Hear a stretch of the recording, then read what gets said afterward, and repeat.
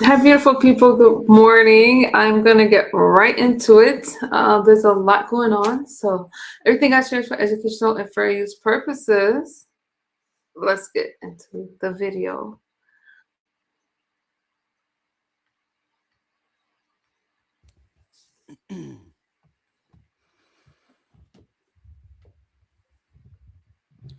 Well, to our fellow Americans, brave warriors, and steadfast allies, good morning.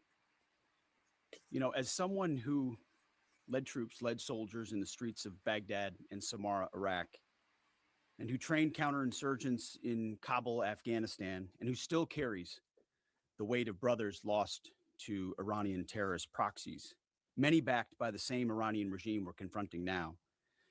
This fight, Operation Epic Fury, it hits home.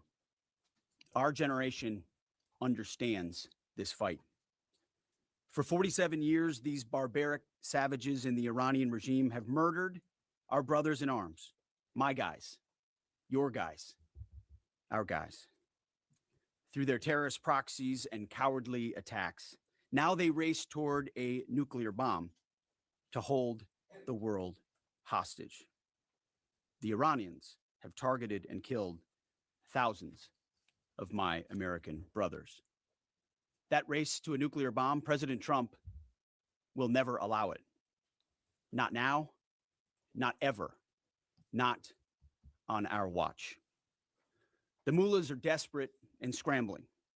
Like the terrorist cowards they are, they fire missiles from schools and hospitals, deliberately targeting innocents because they know their military is being systematically degraded and annihilated. Iran's neighbors, and in some cases, former allies in the Gulf, they've abandoned them. And their proxies, Hezbollah, the Houthis, and Hamas, either broken, ineffective, or on the sidelines.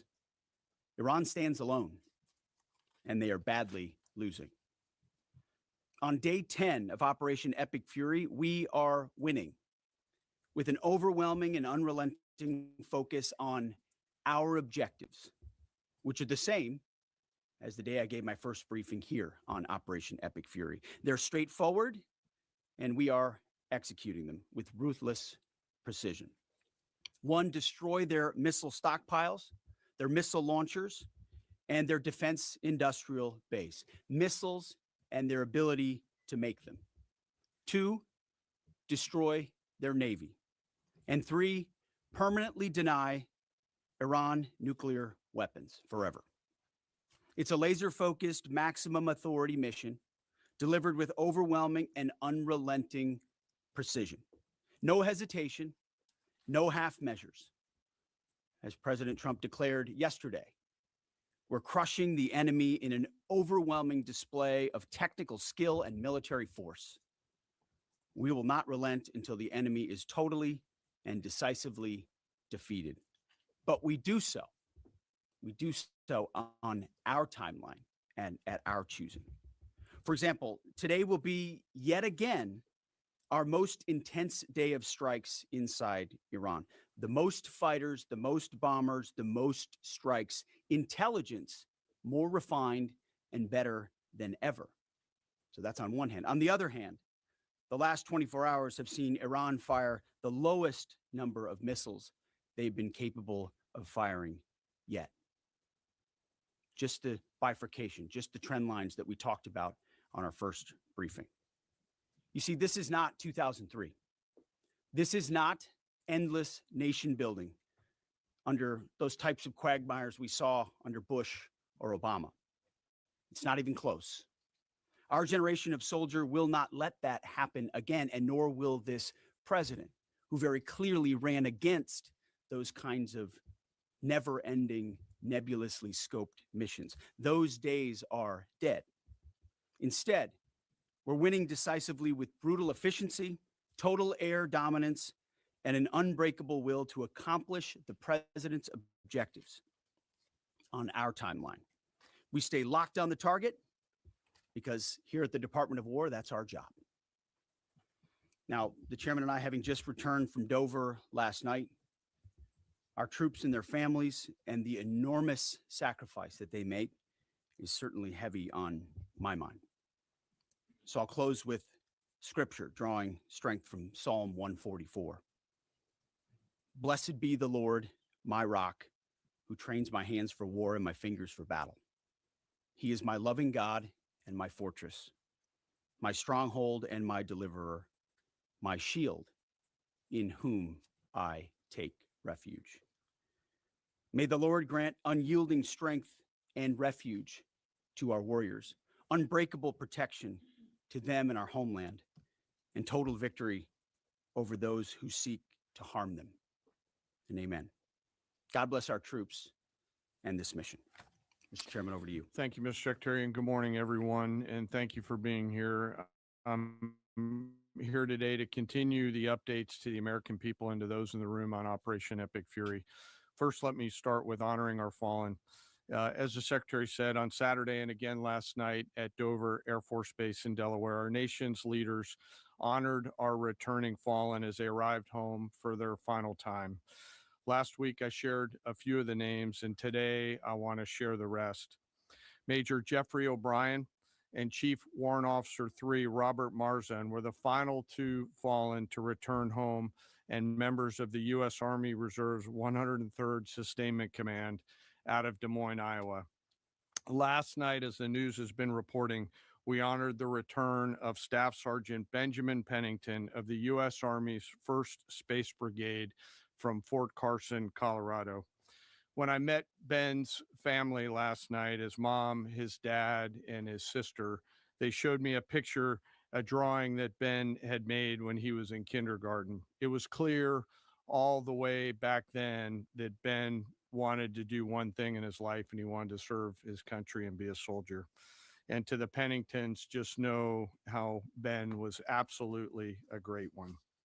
And finally, Major Sorfleet Davies, who returned home this weekend after sadly passing away from a medical condition while on duty in Kuwait. We welcome him home as well and mourn with his family. To the families and the families of all of our fallen, we share in your profound grief.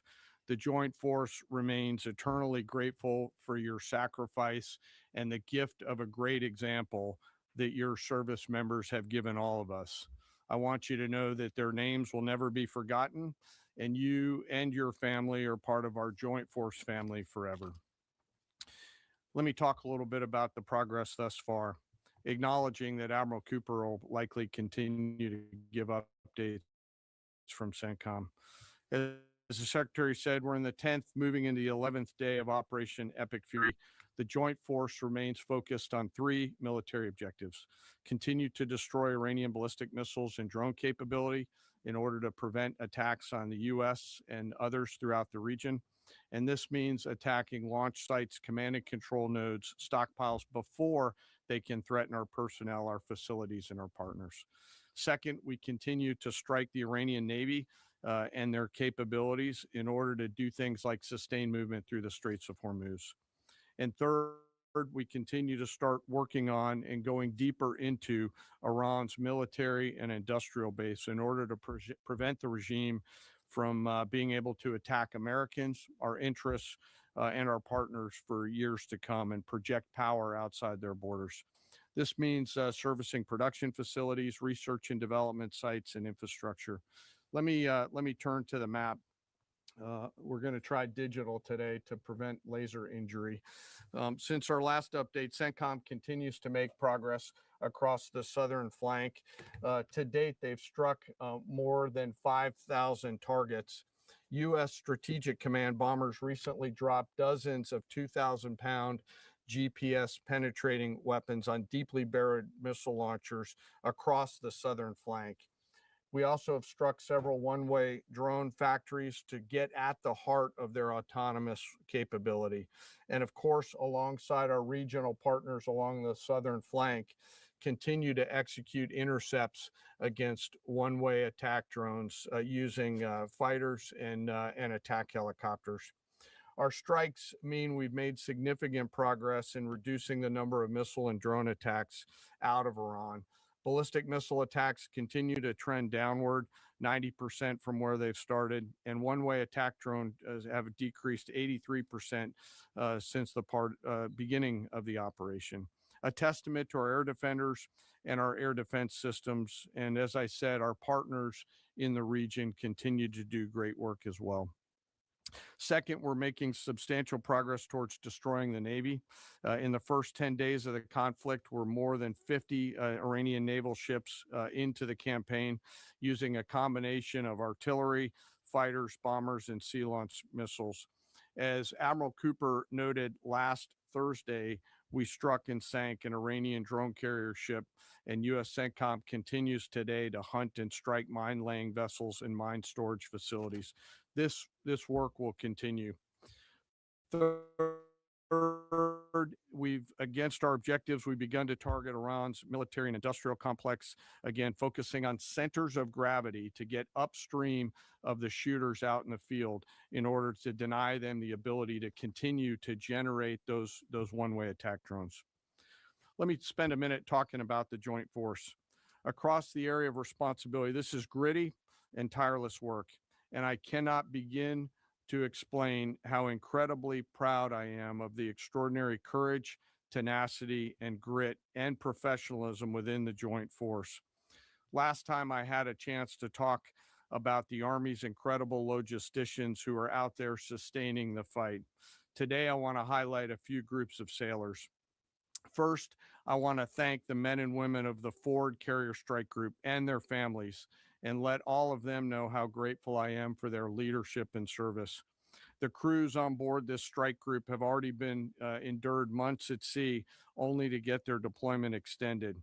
These exceptional Americans rogered up, all supported by their families, continue to stand the watch, taking the fight to the enemy over again night after night. Aboard ships like the USS Ford and the Abraham Lincoln are a special group of sailors I want to highlight today. These are the men and women, the sailors up on the roof running operations on the flight deck. With an average age of the early 20s, these are the unsung heroes of naval aviation. These young sailors, known for wearing yellow shirts, are in charge of the catapults, taxiing jets around on the flight deck, shooting jets off the front end, and recovering jets off the back end. They are literally involved with every single movement on the roof on an aircraft carrier. They are the last ones that a naval aviator sees before getting shot off the front end, and the first one that a naval aviator sees after safely trapping on the back end. And just for a minute, imagine you're standing on that aircraft carrier flight deck. There's 30 knots of wind in your face. The deck is slippery, covered in grease. It's noisy. There are propellers spinning. There's jet blast everywhere. The helicopters are running. Your head is on a swivel, and you're trying to direct a multi-million-dollar fighter into a 1-foot square box so that those naval aviators can be shot off into the black of night to go do America's work. Those jets are fully loaded with missiles and bombs, and they are a world-class team combined with the naval aviation and the aviators in those jets. This beautiful symphony of American spirit is the definition of perfectly organized chaos. And these crews do it every single time the carrier is at work. Oh, by the way, in the middle of the night and oftentimes in the pouring rain. These are dedicated young people who take the road less traveled to serve their great nation, doing the deeds that we need them to do. America's enlisted force is the pride of every nation's military, certainly ours, and the envy of every other one as well. Each and every one of them out there across the joint force are extraordinary. And in particular, today, I want to highlight the yellow shirts. Ladies and gentlemen, our work continues. It'll continue to be difficult. I ask every American to keep our deployed force and their families in our thoughts. Combat deployments can be tough on the force and the families, and it's important that we continue to remember that. I remain deeply humbled by the 2.8 million members of the joint force, and I'll end where I started, and that's remembering our fallen and their families whose sacrifice will be felt forever. And with that, I'll take some questions with the Secretary. a beautiful symphony of American spirit. Well said, Mr. Chairman. Thanks, sir. And I will am. just note that no other country in the world is capable of executing what the chairman just described, day after day, night after night, unrelenting. Well said. Thank you. Yes, sir. Alexandra Ingersoll, One America News. You talked, Mr. Secretary, you talked at the conference in Florida on Thursday that there was a 90% missile capabilities degradation and 83% drone degradation. And I know the chairman just repeated those numbers. We've seen the most amount of fighting these past 5 days. Is there any update to those percentages? And also, are you able to give any quantification of degradation to the enemy's nuclear capabilities yet? What those numbers represent is a persistent low ability to respond, which is what we're looking to. If the enemy can simply wait and then project power, that's problematic. And we've seen some spurts here or there, but ultimately the trend lines, if you look at the charts that we look at every day, have gone like this down to a flat. That doesn't mean they won't be able to project. It doesn't mean our air defenders still don't have to defend. They do, but that is strong evidence of degradation, along with the battle damage assessment that the Joint Staff does, which takes time. You've got to look at imagery and recognize whether something's been simply degraded or it's been destroyed, or whether an underground facility has been collapsed or completely obliterated. So there's differences in how you evaluate that, but the numbers staying that low is a demonstration of the efficacy for sure. Yeah. Thanks, Mr. Secretary. There's been reports that the new leader of Iran has been wounded. Do you know if this is true and what his condition is? And then another one, President Trump said he had a really good call with President Putin yesterday. Will Russia be aiding us in this conflict? And can you share anything on that?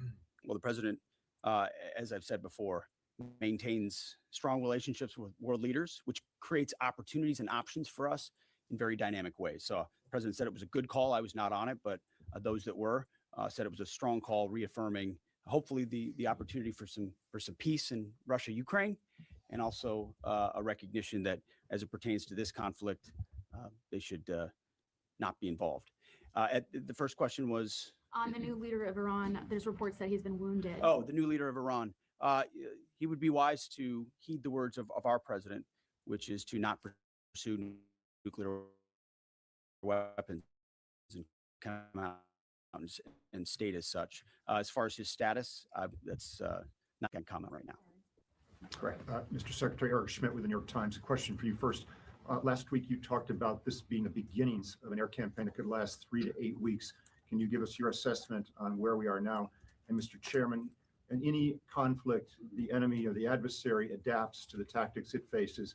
Can you talk about the most challenging adaptation the Iranian military has made to the U.S. military? What challenges are you facing most right now? Thank you. I appreciate the question. Where we are is in a very strong place, giving the President of the United States maximum options. And from the beginning, from this podium, we haven't stated how long it will take. Our will is endless.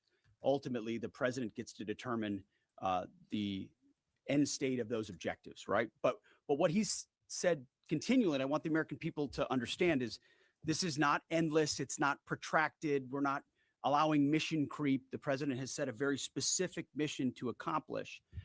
And our job is to unrelentingly deliver that. Now, he gets to control the throttle.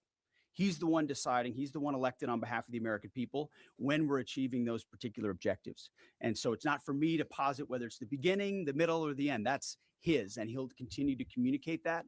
What we serve him as is we give him updates on a daily basis of exactly where we are so he can make that determination on the throttle. Mr. Chairman. Thank you for the question on adaptation. As you're right, no plan survives first contact with the enemy or Murphy. They're adapting, as are we. Of course, we have very entrepreneurial warfighters out there. I'd rather not, for operational security reasons, tell them what's working. So I'm not a not answer that question based on that. But we are watching what they're doing, and we are adapting faster than they are. Are they more formidable than you anticipated, General? I mean, I think they're fighting, and I respect that, but I don't think they're more formidable than what we thought. Secretary Hegseth, thank you. Jordan Conrad's from Gateway Pundit. Axios reported, citing U.S. and Israeli sources, that the U.S. was not happy with strikes on 30 fuel depots in Iran. While this is anonymous sourcing, it seems kind of congruent with what President Trump said yesterday, that there's certain spots they don't want to hit relating to energy infrastructure that would take a long time to rebuild. And whether this reporting is true or not, what's your message to Americans, those who supported the president and those who aren't really in favor of this war and who worry that Israel might be taking advantage of the US's backing? And then for Mr. Chairman, for you, I wanted to ask, when you say that we're moving inland, what capabilities does Iran have to shoot down jets over their land? And would that trigger some kind of rescue operation that could risk a bigger ground operation? Well, I would just state by saying Israel's been a really strong partner in this effort. Where they have different objectives, they've pursued them. Ultimately, we've stayed focused on ours. But what Iran has felt is the power of the world's two most powerful air forces. In that particular case, those weren't our strikes or that objective, or that wasn't necessarily our objective. But the president has made it clear to those concerns that we're not getting pulled in any direction. We're leading. The president is leading. He's determining where we want to go, what the outcome will be, what the end state is, with a very keen eye. And I understand those concerns because I've heard from a lot of people who I went through 20 years of those wars myself, worried about getting dragged in, worried about mission creep, worried about nation building or democracy expansion. That's never the perspective the president has pursued on this. Just because previous presidents and previous secretaries have decided to just pour more resources and more people in toward some unguided end state, doesn't mean that's the way the world needs to look today. In fact, the American people voted for a different approach. But what the president also stated from the beginning is Iran can't have a nuclear weapon. And it's one thing to say it. It's easy to say. Anybody can say that. I mean, Barack Obama said that. But to do something about it takes courage and resolve. But in that courage and in that resolve, you can also be very scoped in what you're trying to execute to ensure that the sacrifice of Americans, American treasure, American lives, all of those properly meet the objective that you're trying to accomplish. And certainly, as someone I talked out front about what the Iranians have done to our generation, yes, we're clear-eyed about it. But my job is to keep it scoped, given the directive of the president to accomplish the mission. Thank you for the question.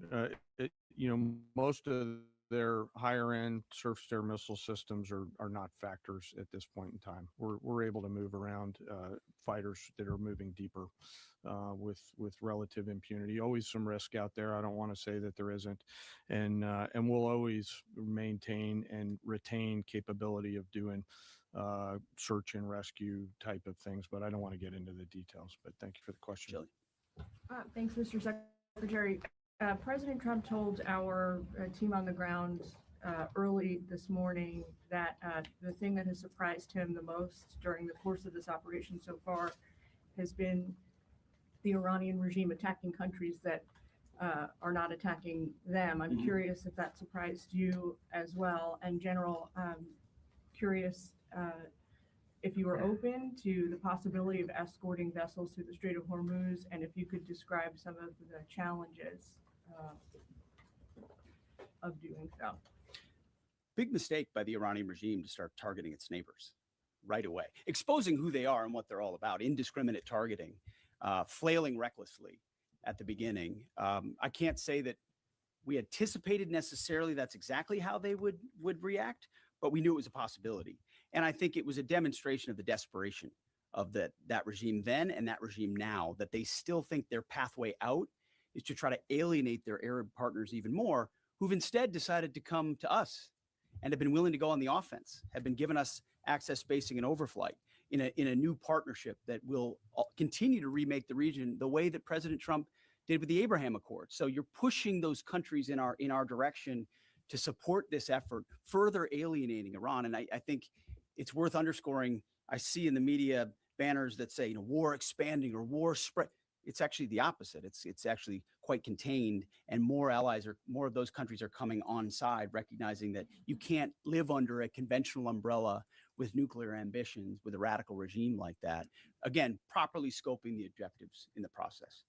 And then you want to talk about the Strait? Sure. On the potential, if tasked to escort, we'll look at the range of options to set the military conditions to be able to do that. And then, like we always do with every potential mission, come to the Secretary and the President with both what are the resources required, what is the command and control required, and what are the risks, and how do we mitigate those risks. So we're looking at a range of options there, and we'll figure out how to solve problems as they come to us. But I would reiterate also to add to what the chairman said, the truth the president posted last night about that, saying if Iran does anything to stop the flow of oil within the Strait of Hormuz, they will be hit by the United States of America 20 times harder than they have been hit thus far.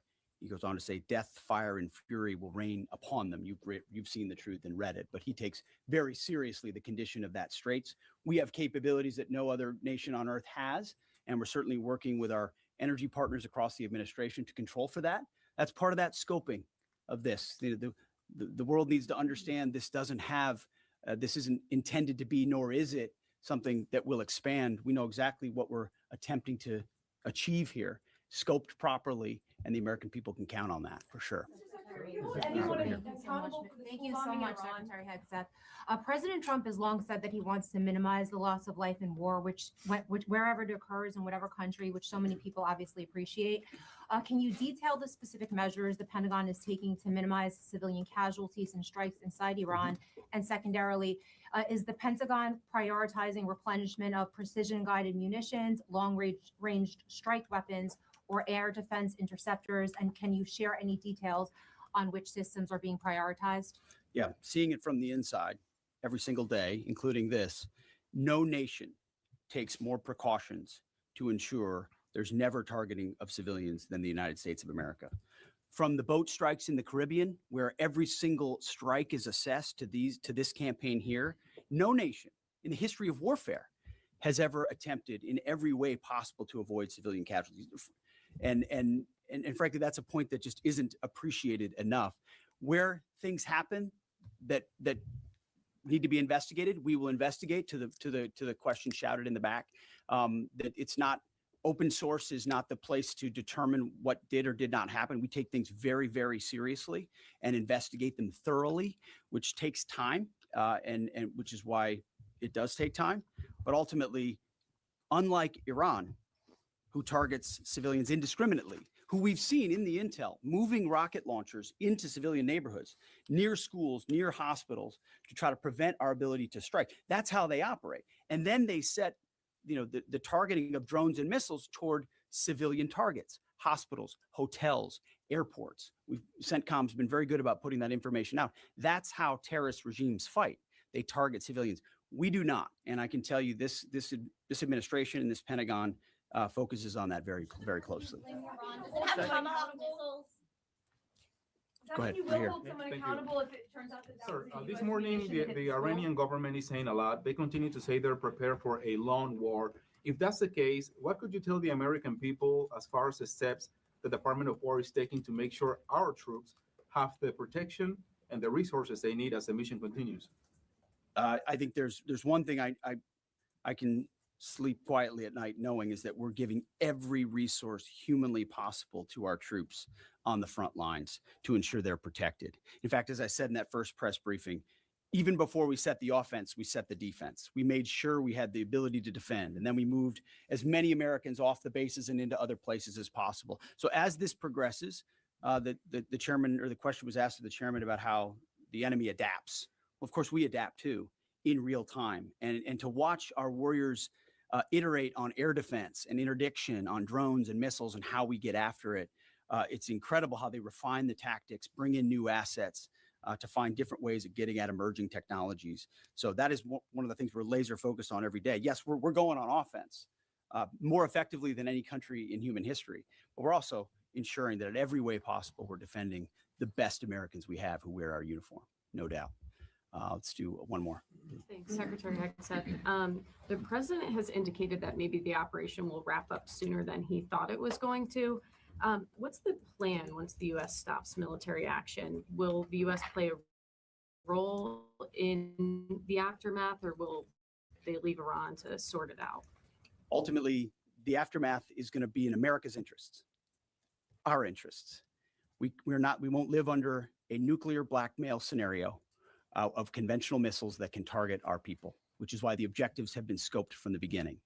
Missiles, missile production, defense industrial base, Navy, all in service of ensuring they don't have nuclear power projection capabilities. That's what matters to President Trump. That's what matters to the American people. And ultimately, that's why we're so laser focused on ensuring those objectives and those objectives alone are met. Thank you. I appreciate it. Thank you. Mr. Secretary, the highly enriched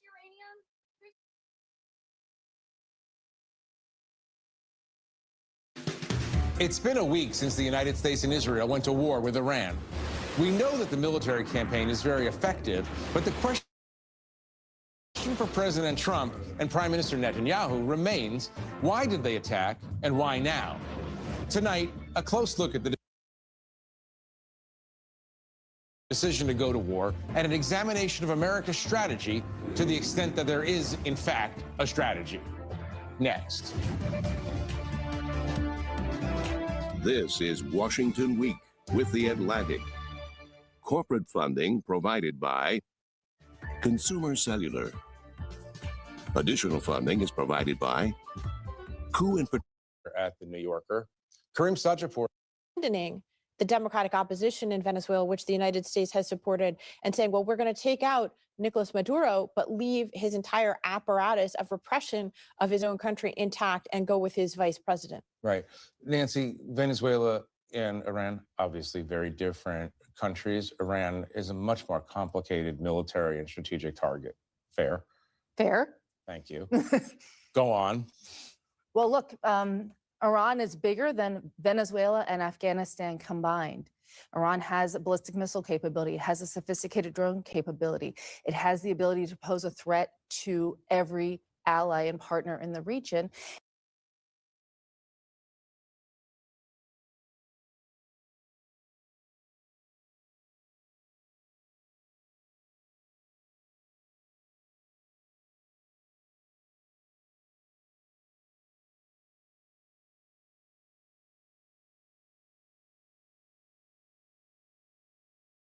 Were you guys into that? Okay, hang on. Were you guys into that one? Give me a second. What am I looking for?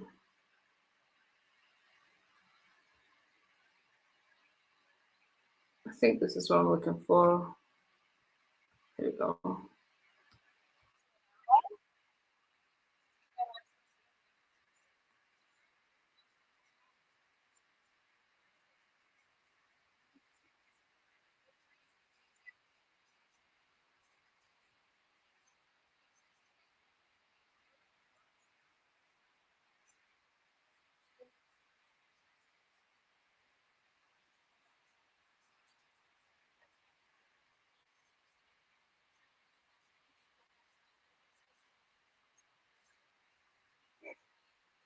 Signed several executive orders, and we will provide more details on those later this week. As President Trump shared with the American people last night, the United States military is making tremendous strides towards achieving our military objectives for Operation Epic Fury. 10 days in, this campaign has been a resounding success thus far, and America's warriors are winning this important fight at an even faster pace than we anticipated. More than 5,000 enemy targets have been struck so far. Iran's ballistic missile attacks are down more than 90%, and their drone attacks are down by approximately 85% since the start of Operation Epic Fury. The United States is also annihilating the Iranian regime's navy, and we have destroyed more than 50 Iranian naval vessels, including a major drone carrier ship. None of the regime's vessels are operating in major regional waterways, and the Iranian Navy has been assessed as combat ineffective. The trend is clear. U.S. combat capabilities are increasing and growing more lethal and dominant by the day, while the Iranian terrorist regime's ability to respond has rapidly declined. Now, the U.S. military is moving to dismantle Iran's missile production infrastructure Our incredible B-2 bombers recently dropped dozens of 2,000-pound penetrator bombs on deeply buried missile sites. Last night, President Trump reiterated his commitment toward keeping oil flowing through the Strait of Hormuz so the United States and all of our allies can receive their energy needs. President Trump will not allow rogue Iranian terrorists to stop the freedom of navigation and the free flow of energy. Let me be clear. It is a good thing to wipe out terrorists who indiscriminately target civilians and attempt to hold the global economy hostage. And President Trump should be commended for doing so. As the president made unequivocally clear to the remaining elements of this terrorist regime in his statement yesterday, if they do anything to stop the flow of oil or goods within the Strait of Hormuz, they will be hit by the world's most powerful military 20 times harder than they have been hit thus far. Moving forward, the stated objectives for Operation Epic Fury remain the same: destroy the terrorist regime's ballistic missiles, raise their Iranian missile industry to the ground, ensure their terrorist proxies can no longer destabilize the region, and ensure that Iran never obtains a nuclear weapon. President Trump remains confident these goals will be accomplished in swift fashion. As for the oil, President Trump fully expected the rogue Iranian regime to try and disrupt the global markets. That's why President Trump and his energy team have been planning for this long before the strike and have moved quickly to address these temporary disruptions. Thus far, the Trump administration has offered political risk insurance to tankers operating in the Gulf. The Treasury temporarily waived certain oil-related sanctions, and the commander-in-chief has offered the U.S. Navy to escort tankers when necessary. The president and his energy team are closely watching the markets, speaking with industry leaders, and the U.S. military is drawing up additional options following the president's directive to continue keeping the Strait of Hormuz open. I will not broadcast what those options look like, but just know the president is not afraid to use them. Rest assured to the American people, the recent increase in oil and gas prices is temporary, and this operation will result in lower gas prices in the long term.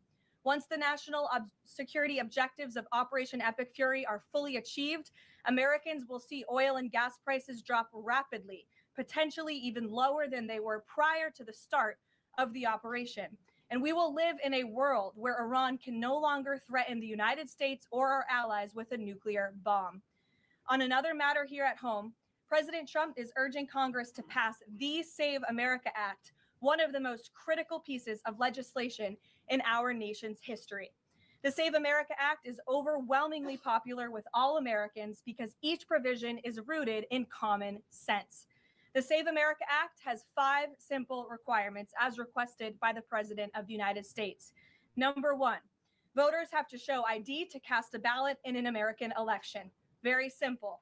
90% of Americans, including more than 80% of Democrat voters, agree with this. Number 2, the Save America Act will require all voters to show proof of citizenship in order to register to vote in American elections. Again, this is popular and rooted in common sense. Only American citizens have the right to vote in American elections. But after Joe Biden and the Democrats allowed tens of millions of illegal aliens into our country, it's more important than ever to ensure that only American citizens are registering to vote on our nation's voter rolls, and Congress needs to pass this. Number 3, the Save America Act abolishes the incredibly unsecure practice of universal mail-in ballots, which throw the door wide open for fraud.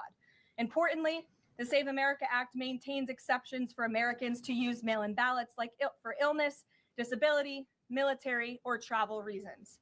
The bipartisan 2005 report of the Commission on Federal Election Reform, chaired by, of all people, former President Jimmy Carter and former Secretary of State James Baker, concluded that, quote, absentee ballots remain the largest source of potential voter fraud, and it is time for Congress to finally address this. Number 4, the Save America Act permanently bans men from competing in women's sports. President Trump signed a landmark executive order upholding the promise of Title IX and ending this dangerous and unfair practice. But now it's time for Congress to codify this into law. Number 5, the Save America Act bans transgender mutilation surgery for children. Again, President Trump signed a common sense executive order to do this and kept his promise to the American people, but now Congress needs to do the same and codify it. It's well past time for Democrats in Congress to stop perpetuating the radical and false claim that you can somehow change a child's sex. You cannot. Passing the Save America Act is the most important thing that Republicans and frankly Democrats can do to strengthen election integrity and protect our democracy.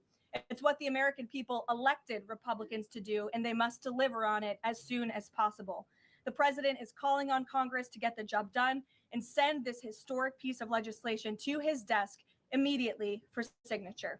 So with that today, I will take your questions. Benny, thank you for being here, and why don't you start us off? Thank you, Caroline. So my first question is actually about the Save America Act. So one of the biggest things that the Democrats are saying, the claims that they're making, is that the Save America Act, it would prevent married women from voting in elections or make it harder for them. What do you have to say to those claims? Is there any validity to them, and where do you think they're getting this from? There is zero validity to these claims, and I'm glad that you brought them up, because you have the Democrats who have created this myth, and it has been perpetuated, unfortunately, by many in the mainstream media. Let me be very clear. The Save America Act does not prohibit anyone from voting, with the exception of illegal aliens. And the greatest way to disenfranchise American citizens from voting in American elections is to allow illegal aliens to vote, which is what Democrats want to do. We see it taking place in Democrat jurisdictions at the state and local level across this country. So the Save America Act corrects that. And as far as married women who have changed their name, if they're already registered to vote, they're entirely unaffected by the SAVE Act. And for the small fraction of individuals who have changed their name or their address, they can still register to vote. Of course, they just have to go through their state processes to update that documentation. And this is something that the American people, married women, and minorities, and people all across this country who Democrats are insultingly saying cannot do this, they're already doing it every day, going to the Social Security office, going to the DMV. And I think it's frankly insulting that the Democrats are saying that there's certain groups of people in this country who aren't smart enough to update their documentation to allow them to vote. Again, this is a huge myth, and thank you for giving me the opportunity to address it. Of course, and then just one more question about DHS. The funding issue has been 3+ weeks now. I was at the airport this morning in St. Louis, Missouri, and it was early in the morning, and one of the TSA agents, I saw her, she was kind of tearing up, she was crying, and I asked her, I was like, what's wrong? And she was like, I can't make my phone payment, I can barely make my car payment that's coming up. I think a lot in the Beltway, there's so much noise between Democrats, Republicans. It's the Democrats' fault. It's the Republicans' fault. But what is the White House's message to the American people that are struggling because they're not getting that paycheck? It's take away the politics. What do you have to say to those people? President Trump wants the Department of Homeland Security. He wants TSA. He wants FEMA. He wants the brave men and women of our United States Coast Guard to receive their paychecks. And he wants this department to be fully funded and fully reopened. And so to any American out there who is struggling without a paycheck, we know there's more than 100,000 of you across the country. To any American out there who is showing up to an airport and facing incredibly long wait times and lines, call your Democrat member of Congress and tell them to fund the Department of Homeland Security. That's what President Trump wants to do. And it's completely ridiculous that the American people are suffering as a result of these partisan games that are being played by Democrats on Capitol Hill. Thank you. Steve. You said the operation was going faster than anticipated. What is your current timeline for how long the war will last? So look, as you know, Steve, the president and the U.S. military's initial timeline was about 4 to 6 weeks to achieve the full objectives of Operation Epic Fury. Again, to destroy their missiles and their ability to make them, destroy their Navy, permanently deny them nuclear weapons forever, and to, of course, weaken their evil terrorist proxies in the region. We know that the U.S. military and our brave warfighters are quickly and expeditiously executing these objectives well ahead of schedule. But ultimately, the operations will end when the commander-in-chief determines the military objectives have been met, fully realized, and that Iran is in a position of complete and unconditional surrender, whether they say it or not. Does the president still want Iran's unconditional surrender? Well, when President Trump says that Iran is in a place of unconditional surrender, he's not claiming the Iranian regime is going to come out and say that themselves. What the president means is that Iran's threats will no longer be backed by a ballistic missile arsenal that protects them from building a nuclear bomb in their country. I could make an empty threat, but if I have no actions to back it up, then it's an empty threat. And so President Trump will determine when Iran is in a place of unconditional surrender, when they no longer pose a credible and direct threat to the United States of America and our allies. Adriana. Can you explain why the Energy Secretary posted and then appeared to have deleted a post on X saying that the U.S. Navy escorted an oil tanker through the Strait of Hormuz? Yes, I was made aware of this post. I haven't had a chance to talk to the Energy Secretary about it directly. However, I know the post was taken down pretty quickly, and I can confirm that the U.S. Navy has not escorted a tanker or a vessel at this time, though, of course, that's an option the president has said he will absolutely utilize if and when necessary at the appropriate time. And if this was something that was posted erroneously, could it be because of a staffer? What, I guess, will there be any consequences for this? I know you still have to consult, but just generally speaking. Again, I would defer you to the Department of Energy to answer that question. And if I could just follow up really quickly. Sure. In terms of oil sanctions, the president said that there would be some sanctions that would be lifted. Would those be on Venezuela, Russia? Could you give some specifics there and then timing for that as well? Sure. I know it's something that the Treasury Department and the president's energy team continue to discuss, and they will ultimately consult with the president before decisions are made. I don't have any announcements on new sanctions or the lifting of new sanctions for you today. Alex. Thank you. Reuters has reported that about 150 U.S. Service members have been injured so far. Can you confirm that number and elaborate on that? I can't confirm the exact number. I know it's within that ballpark, but I would defer you to the Pentagon for a specific number of wounded or injured thus far. And then secondly, if I can, I wanted to ask about, there was a briefing on the Capitol Hill today, and some senators came out and said they were more convinced than ever that there would be U.S. boots on the ground. Senator Blumenthal said that. In fact, your reaction to that and any update on President Trump's thinking about it? Look, I would say that Democrats on Capitol Hill are clearly being quite disingenuous. 3 years ago, not a single Democrat voted against the resolution condemning Iran as the world's leading state sponsor of terror. Yet now, with President Trump as commander-in-chief finally taking the action that so many Democrats have called on the commander-in-chief to do for many, many years, to wipe out the threat of a rogue Iranian terrorist regime. Now, all of a sudden, Democrats are playing politics with this long-standing bipartisan policy of the United States, and 53 of them in the House recently voted against the resolution condemning Iran as the world's state sponsor of terror. So I wouldn't take Democrats at their word. As for boots on the ground, the president has talked about this repeatedly. Wisely, he does not rule options out as commander-in-chief. So again, I would hesitate to confirm anything that a Democrat on Capitol Hill says right now about the president's thinking. Garrett. John, you outlined to Steve the military components of what would be involved in ending this war, but it seems like there's a political component too. The president said to Fox earlier today that he doesn't believe the new Ayatollah can live in peace. He made a variety of comments suggesting that he should be involved in picking the new Iranian leader.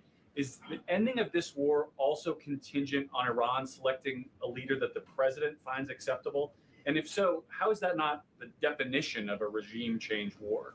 Look, as President Trump has blatantly and frankly stated, it's obviously within the best interest of the United States and the West to no longer have a radical terrorist in charge of Iran, especially as we see their reaction to Operation Epic Fury. They had their missiles turned towards our Gulf and Arab partners in the region.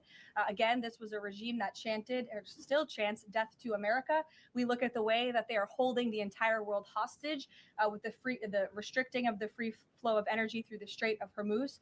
So the president, I think, is making quite an obvious comment. Again, as for the timeline of the military operations with respect to Iran, we have objectives that we have laid out that the commander-in-chief wants to see achieved. When they are achieved, then it will ultimately be up to the president to end this operation. Okay, so I think you're not exactly addressing my question, though. Is that political objective also necessary for the president to decide to end this war? Look, again, I just told you the objectives of Operation Epic Fury. When those objectives are met, the president will dictate the end of these operations when he deems that Iran no longer poses a credible threat to the United States of America. And again, it goes back to what does that unconditional surrender look like? Iran can talk all they want, and their words will be very empty when we've completely annihilated their Navy, as we are doing, when we've taken out the threat of their ballistic missile capability, when we can firmly, finally ensure that they can no longer make a nuclear bomb to threaten the United States and our allies and our troops in the region. And that's what President Trump is ultimately seeking to do with respect to this operation. Jennifer. There was a shooting outside of a synagogue in Baltimore. Do you know if the president has been briefed on that? And do you have any more details on what happened? I don't, but we certainly will get you more details, Jennifer. And I don't know if the president has briefed, but I'll check on that when I get back to the Oval Office after this. Sure. Thanks, Caroline. The president said yesterday for the first time that he had to strike Iran because he believes that Iran was going to strike U.S. targets within 7 days. And then he bumped that down later to 3 days. Where is he getting that? Well, that's not the first time the president has said that he chose to launch Operation Epic Fury because he felt as though Iran was going to strike the United States and our assets in the region first. Again, I addressed this in the last briefing. This was a feeling the president had based on facts provided to him by his top negotiators who had been engaged with the Iranian regime in a good faith effort. The Iranian regime was lying, deceiving the United States of America, clearly trying to continue their nuclear program to create a bomb that would, of course, threaten the United States of America. Again, their ballistic missile arsenal, they were rapidly and aggressively increasing that by the month to a place where they would essentially build immunity for themselves, where a future president or President Trump would not be able to launch this incredibly successful operation. And so the president, again, as I have reiterated, and he has said, was not going to sit back and allow the Iranian regime to threaten or to attack the United States of America any longer. But there are no U.S. leaders or Israeli leaders who are making those same claims. So is he making this up to justify his decision to go to war now? The president is not making anything up, Nancy. He is looking at this every single day based on intelligence, based on facts, and based on intelligence that he himself and his negotiators have consumed based on their, again, negotiations with the rogue Iranian regime over the past year. And the president and his team tried in a good faith way to reach a diplomatic deal through peaceful means with the Iranian regime. And Iran chose this path to death and destruction. Iran wanted to attack the United States of America, and the president was not going to sit back and allow that to happen. He was not going to sit back and allow that to happen, and everyone in this room should be grateful for it. John. Thanks a lot, Caroline. Two questions for you. One has to do with a follow-up to your statement that you made at the beginning of the briefing regarding the Safe America Act. Sure. Yesterday, the Senate Majority Leader John Thune spoke on the effort to potentially have a filibuster broken, the rules for the filibuster broken. He said the votes aren't there, one, to nuke the filibuster, and the votes aren't there for a talking filibuster. He says that's the reality. What's your reaction to what Senator Thune said? Look, I think President Trump, the urgency behind his need to pass the Save America Act and his desire to get this country-saving legislation passed has been made quite clear. He wants all options on the table, and he wants the Senate to move as quickly as possible through whatever means necessary. And then secondly, just regarding the president's trip tomorrow, looking ahead, why Ohio and why Northern Kentucky? Well, why not? These are two great states with great Americans. Just wanted to know why they were chosen. Great states with great Americans. The president will be joined by lawmakers from both states who he greatly admires and respects and supports. And he'll be meeting with business owners in both of these places and talking about the economy, which is, of course, the utmost importance to him. Caroline. Thank you. Last week, the Energy Secretary issued a waiver for India to get oil, Russian oil, during this energy crisis. Yes. Have you spoken to the president about it? What's the idea behind this? Have I spoken to the president about it? Yeah. Yes, I have spoken to the president about it. And the president and the Secretary of Treasury and the whole national security team came to this decision because our allies in India, as you know, Leavitt, have been good actors and have previously stopped buying sanctioned Russian oil. So as we work to appease this temporary gap of oil supply around the world because of the Iranians, we have temporarily permitted them to accept that Russian oil. And this Russian oil was already at sea. It was already out on the water. So this short-term measure, we don't believe it will provide significant financial benefit to the Russian government at this time. I have one more question about Pakistan. You know, Pakistan is a neighbor of Iran, and Pakistan is also an ally of U.S. President has been praising a lot about the field marshal. Is Pakistan providing any kind of support in this war against Iran? That I will have to check on with the Pentagon and get back to you. Sure. Thanks, Karoline. The president said yesterday that President Putin told him he wanted to be helpful in the Middle East. The Kremlin put out a statement where Putin said, quote, "I would like to reaffirm our unwavering support for Tehran and our solidarity with Iranian friends." How does the president think that Russia could be helpful, if not helping Iran? And did the president push Putin on Russia sharing intelligence with Iran in this war? The president and his special envoy Witkoff have both said that, of course, they've sent a message to Russia that if that was taking place, it's not something they would be happy with, and they hope that it is not taking place. As for further details about the discussions between these two leaders, I'll leave it to the president to divulge any more of that conversation. But he did confirm it yesterday and provided you with a little bit of the background and his view and his perspective, as he always does. Luke. Regarding the missile strike on the Iranian school, how long does the administration expect that investigation to take? And will the White House or the Department of Defense release a full report of its findings once the investigation is complete? The Department of War will do that. The investigation continues. And as the president said yesterday at his press conference, he will accept the conclusion of that investigation, whatever it may be. We'll go to the back row for some love. Sure, in the back with the glasses. Go ahead. Regarding the shield of the Sitting down. Americas. Caroline, is and there then you can go, but go first. Okay, thank you. Is there an update regarding? You have rough real estate back there, so I'm trying to give you Is some there an love. update regarding Cuba, and also is an economic deal imminent? Sure, I don't have any updates on Cuba for you today.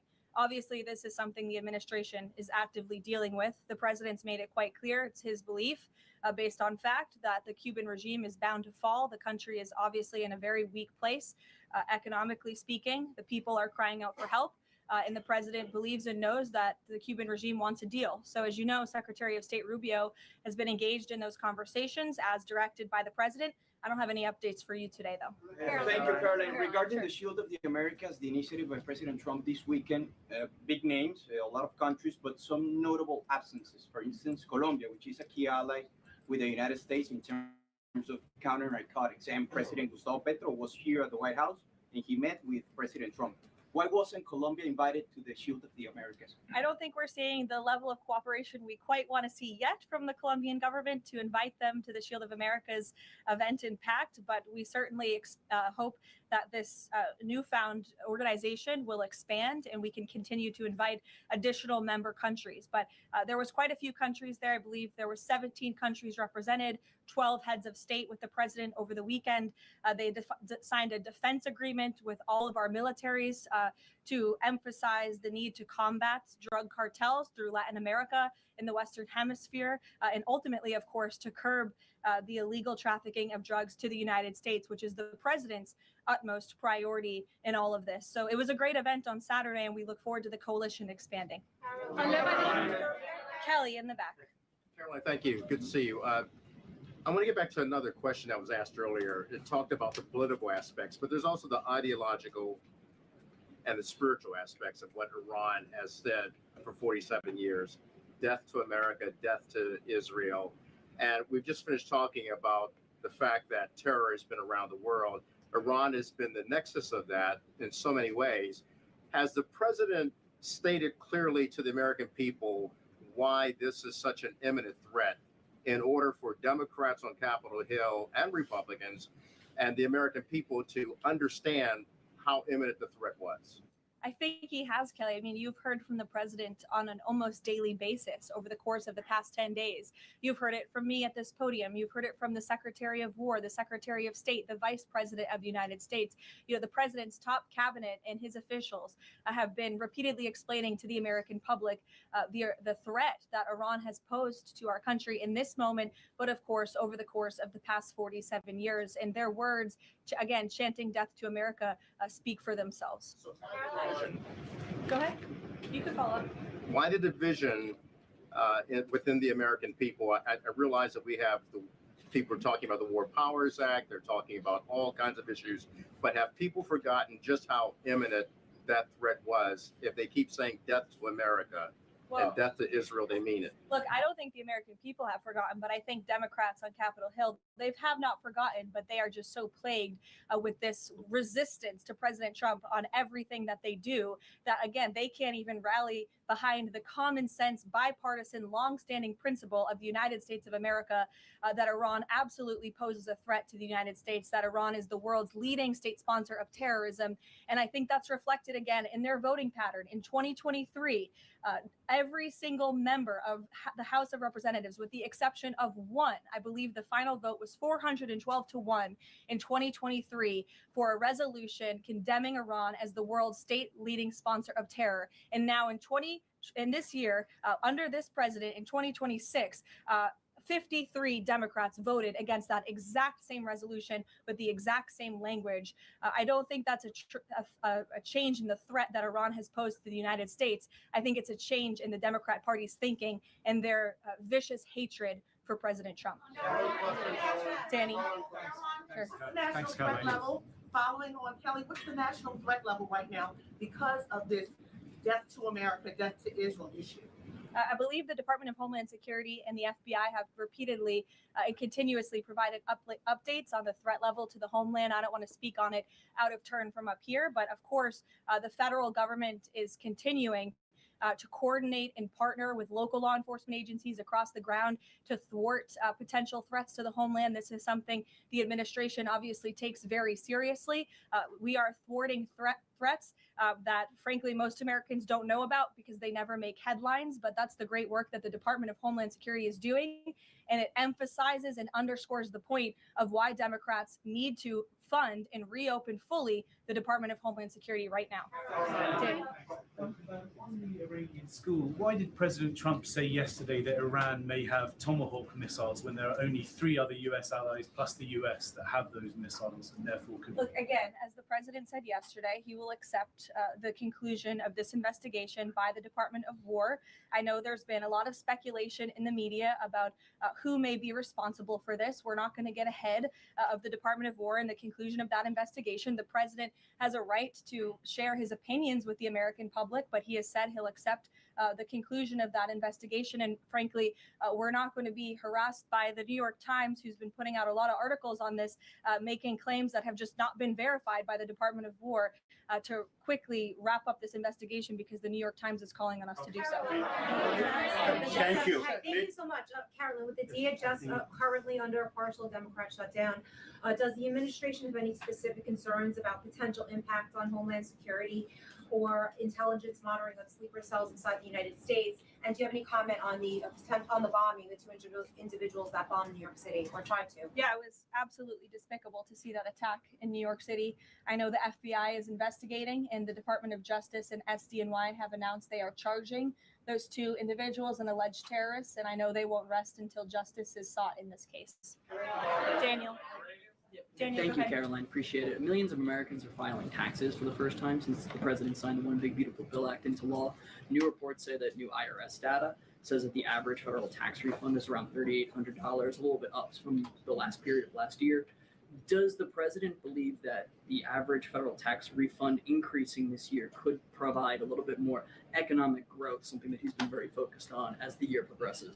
Absolutely. And Americans are going to start benefiting from the fruits of President Trump and Republicans' labor through the passage of the One Big Beautiful Bill and these historic tax cuts. We are midway through tax season. So just to provide an update from the Treasury Department that just went out moments ago, nearly 63.5 million tax returns have been processed thus far, 45% of the anticipated total number of tax returns by April 15th. So don't forget to file your taxes, people. And the average refund this year is more than $3,700. And we know that more than 27.5 million individuals who have filed their tax returns thus far have claimed at least one of President Trump's new tax cuts. Over 3.5 million returns have claimed no tax on tips. Over 15.5 million returns have claimed no tax on overtime. Over 9.2 million returns have claimed the enhanced deduction for seniors. And over 690,000 returns have claimed no tax on car loan interest. And another amazing statistic, nearly 3.5 million Trump accounts have been opened for children in our country thus far. So we look forward to, I know the Treasury Department continues to look forward to seeing these checks go out the door and into the pockets of hardworking Americans. And the president will be meeting with them himself tomorrow on the road in both Ohio and Kentucky. And we look forward to seeing you all there. Thank you, guys. Thank you, Caroline.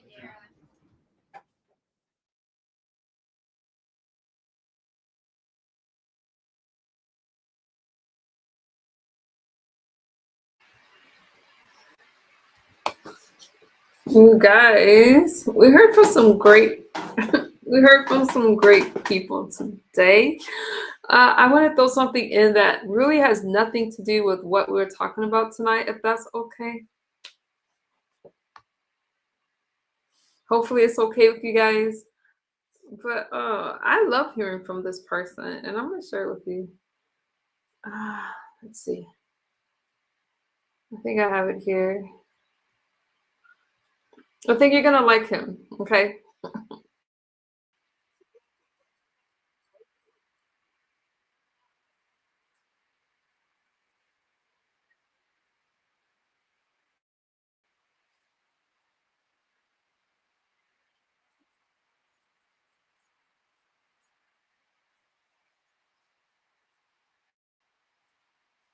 Winter, the White House made it clear that they would stand with the families of our fallen, and they went to work.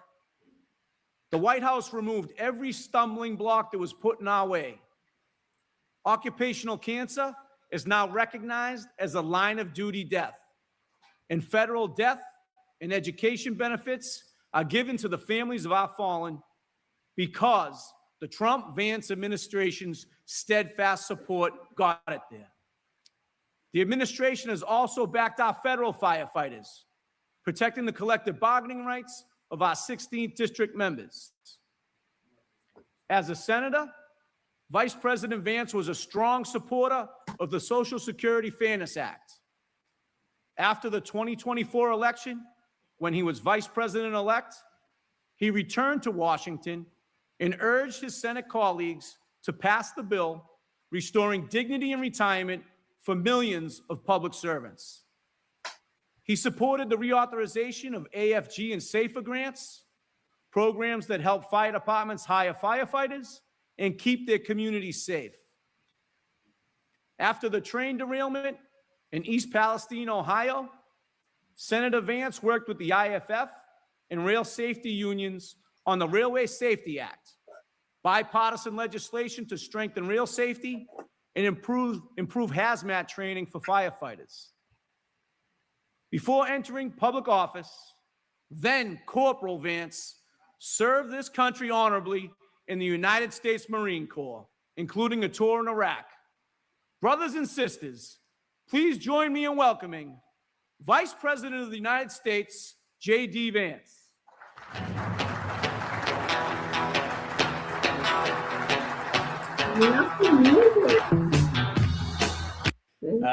This is your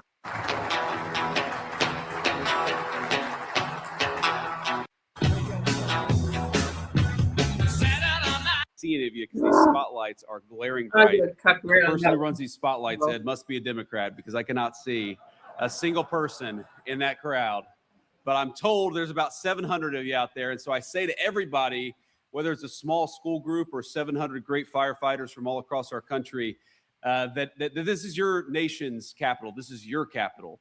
Your tax dollars built these beautiful monuments and museums. And I know you got a lot of work to do while you're here in Washington, but I hope each and every one of you gets to enjoy this beautiful city, especially as the weather turns really nice here in Washington, D.C. Now, the one bad thing about the weather is when it starts to get warm, you know, as a politician, we're gearing up for political campaign season. And I'm probably as sick of politics as you all are. So that's the one downside. But I hope you enjoy this beautiful spring weather and enjoy your nation's capital while you're here. We're thrilled to have you. And I just want to say thank you so much to Ed and to the entire team at the International Association of Firefighters. Ed Kelly has been a great advocate for you and for firefighters all across the United States of America. In fact, when we met backstage very briefly, we talked a little bit about some of the great legislative accomplishments of the Trump administration, and we'll talk a bit about that here in a second. But then the second half of the conversation was Ed trying to shake me down even more. He was trying to think, what else can we get out of this administration? And I love that. I love a guy who fights for his people. I love a firefighter who knows he stands for and represents firefighters. And I hope all of you know that we're going to work with you over the next few years to continue to solve the problems that exist for our firefighting community. One of the things that a lot of you know about this administration and hopefully appreciate about this administration, but I'm going to make my pitch here, is that we have been unique among Republicans in that we haven't turned away organized labor. We have tried to find ways to work with organized labor. Not that we're always going to agree, but another great Bostonian, Sean O'Brien, the head of the Teamsters Union, we found ways to work together to serve working people. And there is no group of people that is harder working and more important for our community than our firefighters. And so thank you all for being here, and thank you for honoring me by inviting me to give you a few remarks today.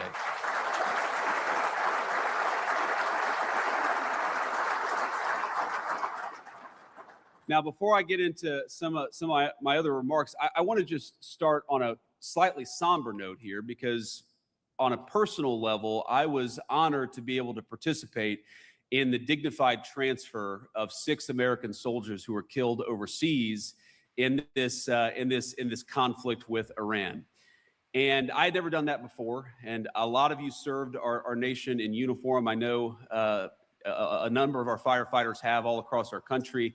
I'm going to let this play, obviously, but he says a couple personal things in the speech that I found really endearing, and it shows another side of J.D. Vance, but okay. And I just want to say that if you are the praying type, and I certainly am, I hope you'll spare a prayer for the 6 souls that we lost, for the 7th soul who will be coming home tonight, and for all of their families. You all know better than almost any category of Americans what it means to put on a uniform and to sacrifice for our country. And so I hope you'll share a moment of prayer for our brothers in arms, for your brothers in arms who keep this country safe in their own way, just as you keep the country safe in your particular way. So to move on a little bit, let me just say that what we have tried to do in the Trump administration, what we have tried to accomplish is to make your lives easier, knowing, of course, that we're never going to be able to make your lives completely easy. You guys have some of the hardest jobs that exist anywhere in the United States of America, and you represent thousands and thousands of firefighters all across the United States of America who make it possible for our communities to be safe, who make it possible for our communities to run smoothly, who make it possible for a kid to be able to call 911 if they have to, and know that a man or a woman who is professional, who is competent, and who is caring is going to show up when we need them. And that's the thing that I admire so much about all of you. You know, every country, every empire, every society in history made it possible for a rich person to get what they needed. But what makes the United States so unique is that whether you're rich or poor, you're black or white, when you need public services, when you need your police officers, when you need your firefighters, when you need those EMT specialists, we make it, and we try hard to make it so that everybody who needs something in that critical moment has access to it. Everybody deserves public safety, not just rich people. Every person deserves to know that if, God forbid, their house catches on fire, there's going to be somebody with water there to put it out, not just the powerful. And what I admire about this spirit of public service that exists in this community is that every single one of you put on a uniform, the people that you serve put on a uniform and make it possible for kids like me, kids who didn't grow up with a silver spoon in their mouth, to have access to that critical public safety and that security in their neighborhoods. Now, a lot of you, I came and spoke in Boston a couple of years ago, and so what I say may come, you may have heard me say it in Boston, but I'm going to repeat it for those of you who didn't hear me say it in Boston, which is that, a couple times I was one of those scared little kids who had to call the firefighters, who had to call the EMTs. My own mother struggled with opioid addiction for a very large chunk of my life, and I remember when she was having a particularly dark moment and she needed some help. I needed some help. Our family needed some help. I picked up the phone, I called 911, and a number of brave, professional, compassionate firefighters from Middletown, Ohio showed up, and they calmed my mom down, and they made it possible for us to go on with the rest of our day. They made a kid who was scared to death feel like he had an ally in this world. I will never forget that. I will never forget also when we had to call 911, it wasn't a firefighter, it was an EMT who came and took my mom to the hospital because she had had a very terrible overdose. And I remember holding her hand, hoping to God that she would be okay, that she would wake up. We know a lot of our people have not woken up when they have those opioid overdoses, but by the grace of God, my mom did wake up. And by the way, she's now been clean and sober for north of 11 years. We celebrated her 10-year sobriety. Thank you.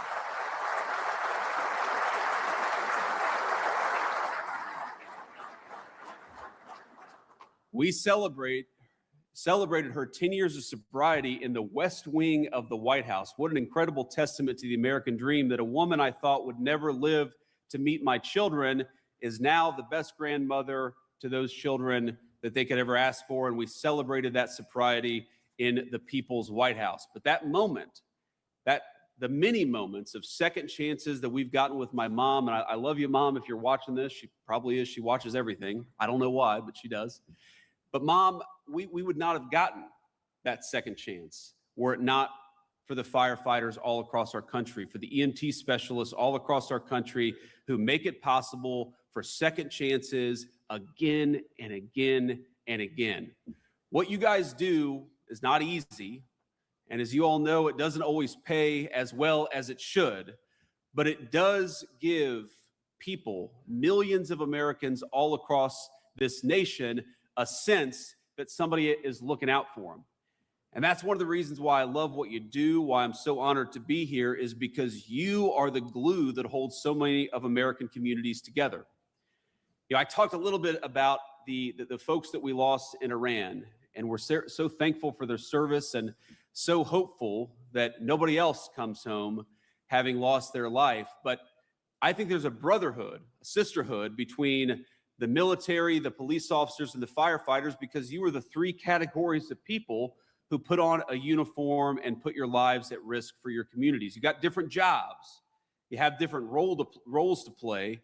But I think it's an amazing testament to our country, maybe the single most important resource that we have as a United States of America, is that every single one of you is willing to sacrifice your life. Hopefully you never will, but every single one of you is willing to sacrifice your life for this great country and for the people that you serve in your communities. I just want you to know, from the President of the United States, but from everybody, I think I can say comfortably, even in partisan and difficult times, that I represent the whole country when I say to all of our members of the International Association of Firefighters, we are thankful to you, we are proud of you, we love you, and we're going to do everything that we can to support you.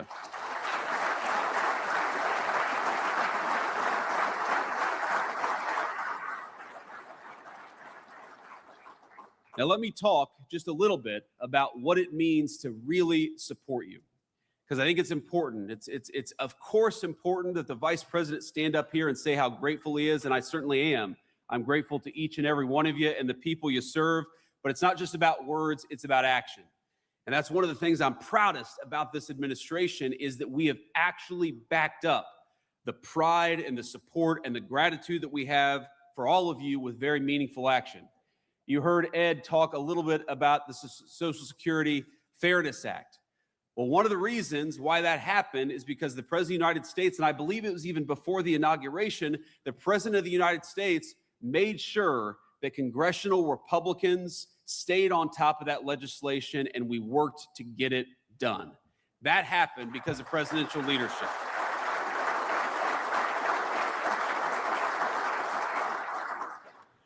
Do you think Joe Biden was making those phone calls, ladies and gentlemen? I just got to say, I don't think so. Sorry, I got a little partisan there. But we owe it to Americans who suffered through exposure to toxic chemicals, especially the first responders who seek to protect others from harm. We owe it to you to actually look after you and to take care of you. In that vein, one of the first pieces of legislation I ever worked on was the Railway Safety Act. And I'll never forget your support in making that act a possibility. We actually got it, by the way, into the most recent transportation package. I'm sure Ed and all of you will use your very able lobbying and persuasion tactics to make sure that that legislation actually becomes law. Because here's the thing, when I met the firefighters who dealt with that terrible train derailment in East Palestine, one of the things that I picked up is, they weren't angry, they weren't mad. That was their job. They went into a very dangerous situation because that was their job and that's what they expect to do. But they were worried about one thing. What might happen with all these toxic chemicals that were in the air? Would they have long-term problems? Would they suffer some consequences? And one of the things that Secretary Kennedy and I worked on is making sure that we are studying the long-term effects of toxic chemical exposure in East Palestine. We appropriated millions of dollars, and trust me, when I was a senator, I worked to get that money from the last administration just to understand the effects of toxic chemical exposure over time. And we didn't have that until this administration came along and Secretary Kennedy made it a priority, because we want you all to know, if God forbid you run into harm's way, what are the consequences going to be to you over the long haul? And importantly, what are the kinds of medical treatments that you're going to need if you're in that situation to make sure that the sacrifice that you make in the line of duty doesn't become more than it has to be? Those are the kinds of tangible steps that we are trying to take. Now, we know that President Kelly and President Trump, we all have our own presidents, my friends. He was a huge proponent, and I'm glad for this, of the Honoring Our Fallen Heroes Act. Now, that was critically important legislation that you all know President Trump signed into law just a few months ago. Now, as Ed can tell you, this law extends legal benefits for firefighters and first responders who pass away from cancers caused by exposure in the line of duty. Now, when a firefighter, when one of you becomes ill or, God forbid, loses your life because of cancer that was developed in the line of duty, their families are entitled to federal benefits that they earned. It's a big one.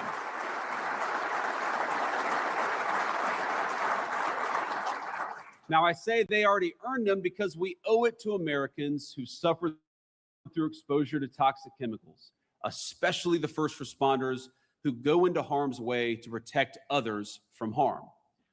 That is what this administration is all about.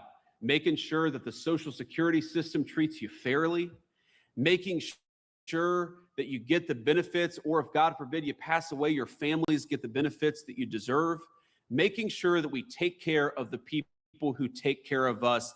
That is the legacy of the Trump administration when it comes to our firefighters, and that is a legacy that we're going to keep on building on over the next 3 years of President Trump's leadership.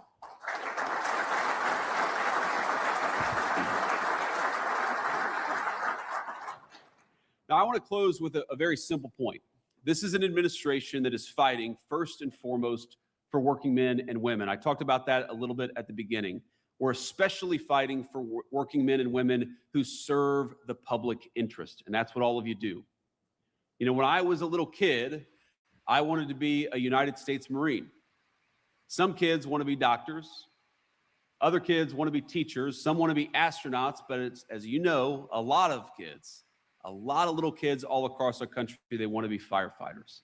That's a great testament to the work that you do every single day. I guess my point here is that every kid in our country has dreams, and those dreams come in many shapes and sizes. And what I want most of all is for your service and your sacrifice to be rewarded by all of us living in a country where you don't have to be rich or lucky to obtain the American dream. You just got to have a little grit, a little determination, and a lot of hard work. I want all of us, your kids and mine, to live in safe neighborhoods. I want us to send our kids to good schools. I want our families to not have to live paycheck to paycheck. And that's why our administration is fighting for all the policies that we've been fighting for, from the low crime to reversing the inflation of the Biden years, because we want every single person in our community to be able to live a good life. What is the work of all of you, of our firefighters and our EMTs, if it's not to ensure that every kid has an opportunity to live in safety and security? You do your part every single day, and I'm proud of you for it. But that means that we've got to honor your service by doing our part here in Washington, D.C.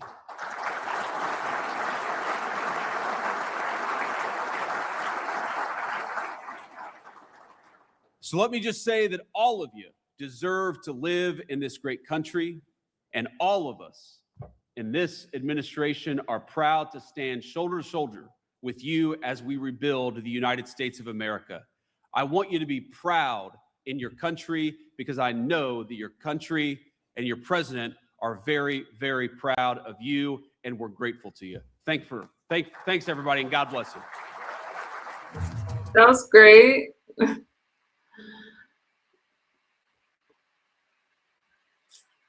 Okay, you guys, I think, let me remind you guys while we're all still here, I think we should hear from someone before I close, right?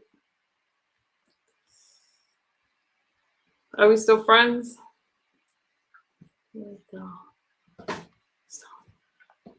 All right. Oh, wait, actually, before I get to that one, let me play this for you.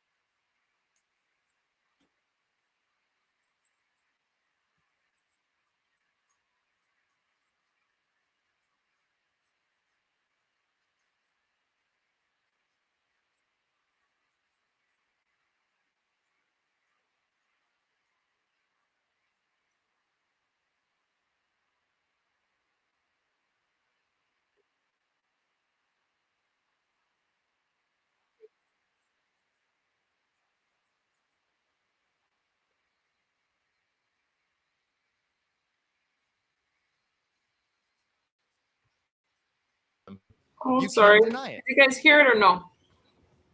Did you guys hear it? There it is. Sorry. Meet Layan Fulihan. She's a paid protester. Her base salary is $70,000 with an additional compensation of $8,649.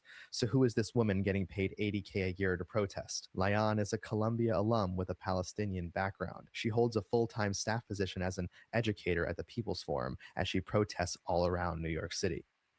Now, we have not independently verified the claim that $20 million flowed from Neville Roy Singham, who we told you about yesterday, to that person. We do know, and that amount, not for sure, but we know other funds were directly tied to groups like the People's Forum.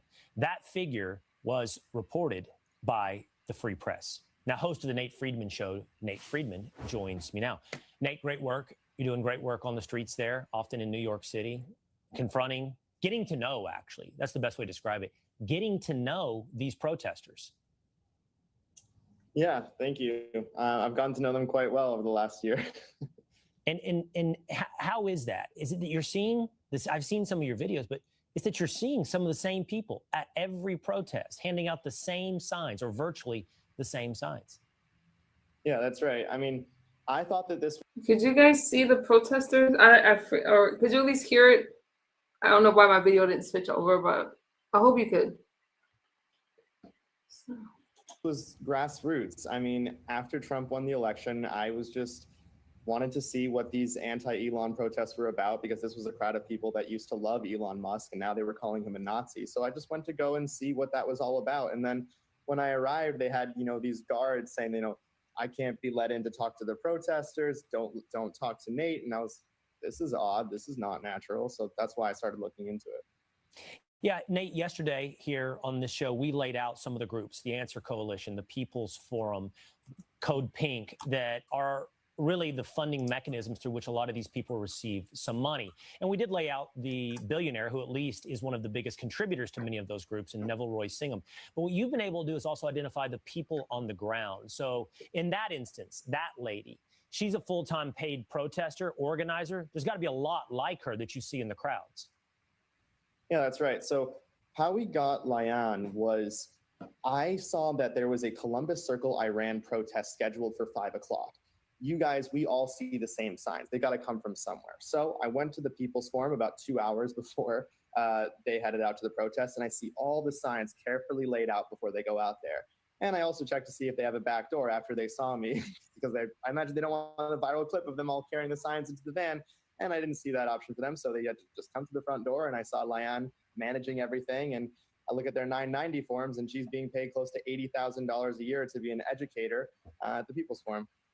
And to be clear, Nate, you've seen these same paid protesters at anti-Elon, anti-ICE, pro-Palestine, in this case, dealing with the war in Iran. That's right. For example, David Chung, who works at the People's Forum, also is a general manager, being paid close to $80,000 a year. You can learn more about him at natefreemanshow.com/FreemanFiles. But he's being seen at almost every protest that I go to, much less now after we expose him. But yes, it's the same people. And last note on this, Nate, I think what's important to know is there are people on the streets who have no idea what they're wrapped up in. I'm sure that's to be the case. Well-meaning, impassioned New Yorkers or Minnesotans who join these protests. But I think what's revealing here is the spark and the organization behind what they get wrapped up in is totally manufactured.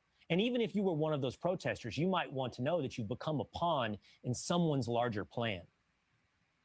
That's right. They are so against Trump, though, that I'll tell you, I asked one protester, do you know that your sign is being printed by, with the help of a billionaire? And they kind of weasel themselves out of that question. So you would be surprised. Whatever it is that's against Trump, they're happy to be a part of it. No matter who's funding it, no matter who's starting it, no matter the instigator, the initiator, or the spark, it doesn't matter, because in the end, it's anti-Donald Trump. That's really fascinating. For the rest of us, it's good to remember exactly what's behind this. And you're doing great work there, Nate Freeman. Thanks for being with us. Thank you. All right, here we go. The Will Cain Show made multiple requests, once again, for a comment ahead of today's segment to Lyan Fuleon, Neville Roy Singham, the People's Forum, and the Goldman Sachs Philanthropy Fund, through some of which this money flows. And we did not receive a response. All right, ahead, an attempted ISIS-inspired terror attack on American soil. The suspects, though, tied to naturalized citizens that we welcome into our country. So, how do you police radicalization? Is it possible? Is this a story of terror, or is this a story of immigration? My thoughts next.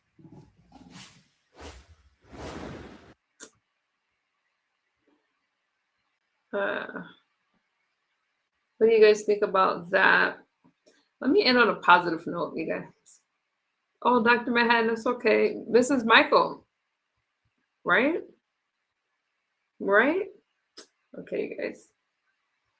The U.S. is terrorism. What's wrong with you? I'm not even going to highlight that. Okay.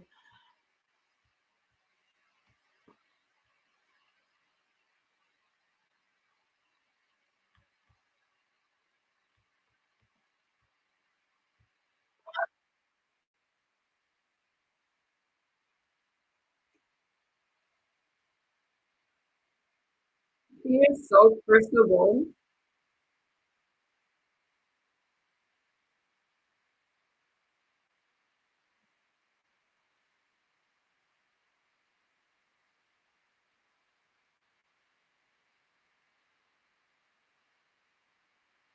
Oh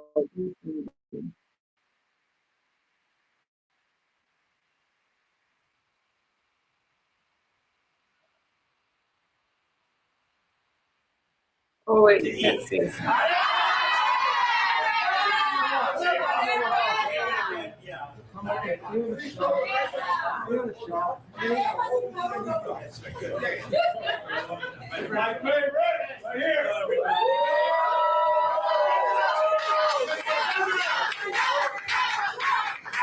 Mr. President, that's right here. 87 years old. Sir, to that chair, he look even better. Senor. Thank you, Mr. Trump. Great to see you. He wants to go to Cuba with you. We'll go to Cuba together. That's it.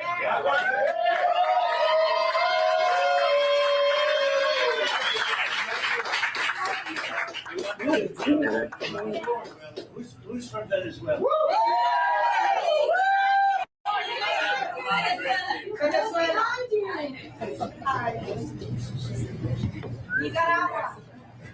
So we came to get some food for Air Force One. Yes. I recommend that. Thousands of people outside. Yeah. You're gonna make a fortune. Right here.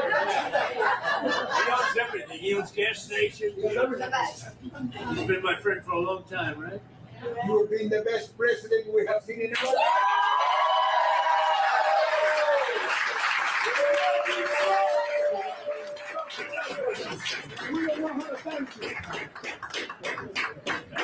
Been my friend for a long time. He's one of the most successful men in Florida, and he did it the hard way, right? I just want to be loyal. I know. You always have to. Thank you, man. Thank you. I hope you had a good day, everybody. Everybody, Margot, you had a good day? Great day. How's Margot doing? Good?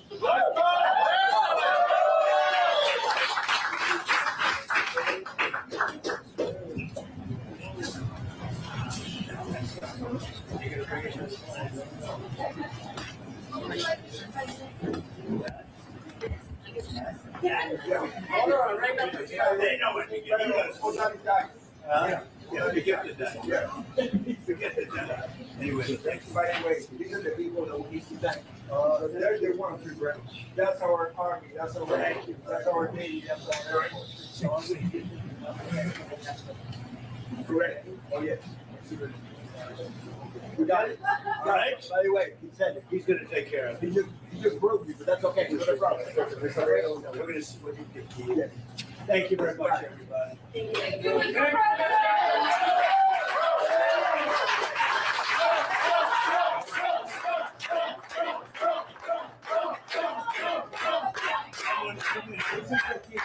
She's been nice lately.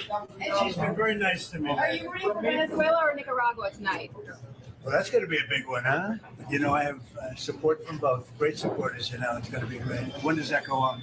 Tonight, I believe. That's big, huh? Yes. We'll be watching. Thank you. I do like them both. Thank you, man. He likes Marco. Who doesn't? Yeah. Who doesn't like Marco? Oh,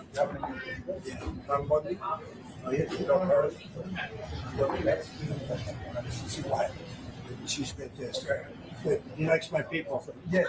Thank you, everybody. See you in the place. Thank you.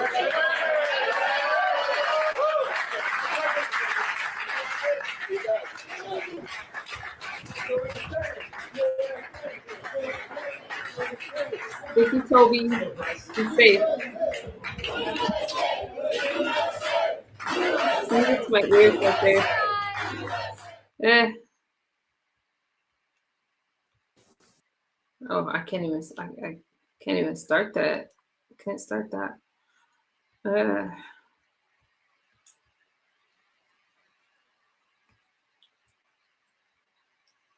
Thank you, Doc. I see you working hard in the chat.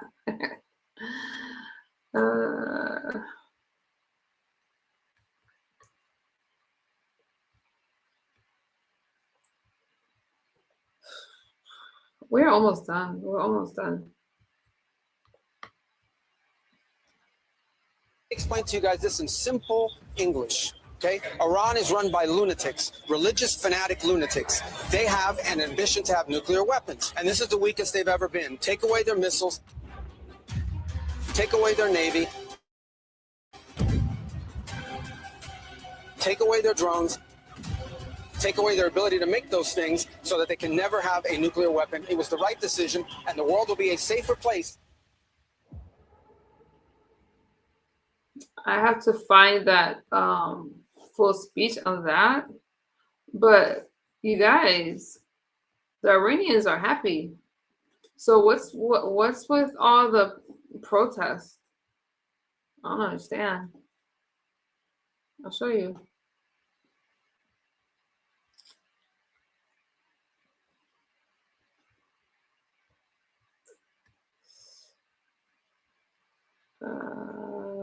Oh, here we go. I'll show you.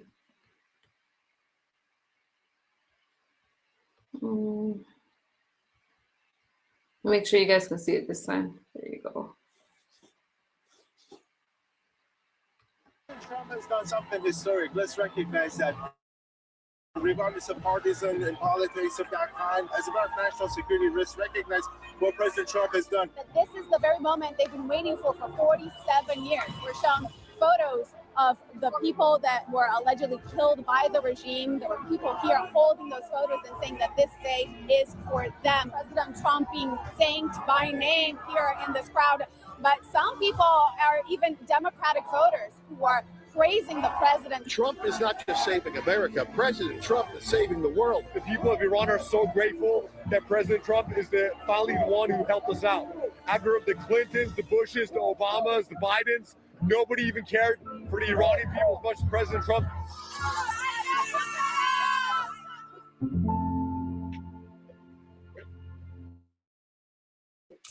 That's a lot.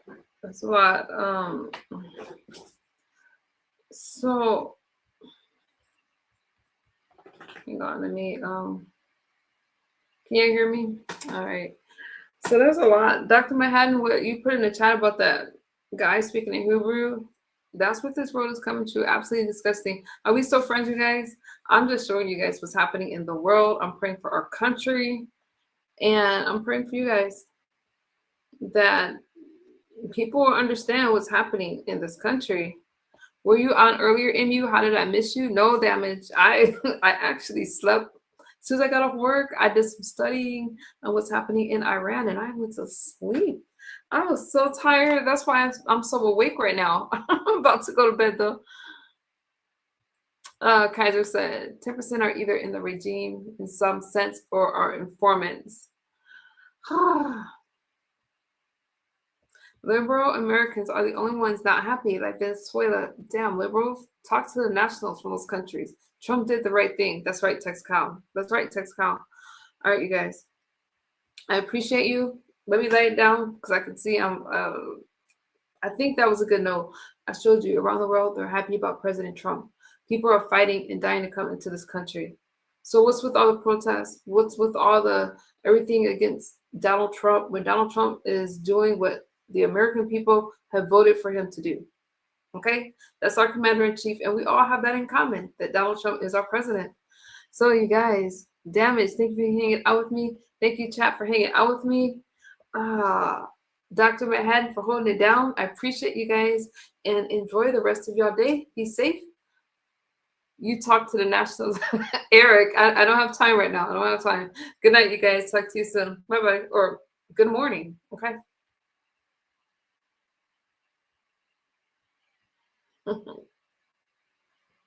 Peace, Tristram. Bye, you guys. Bye, Toby.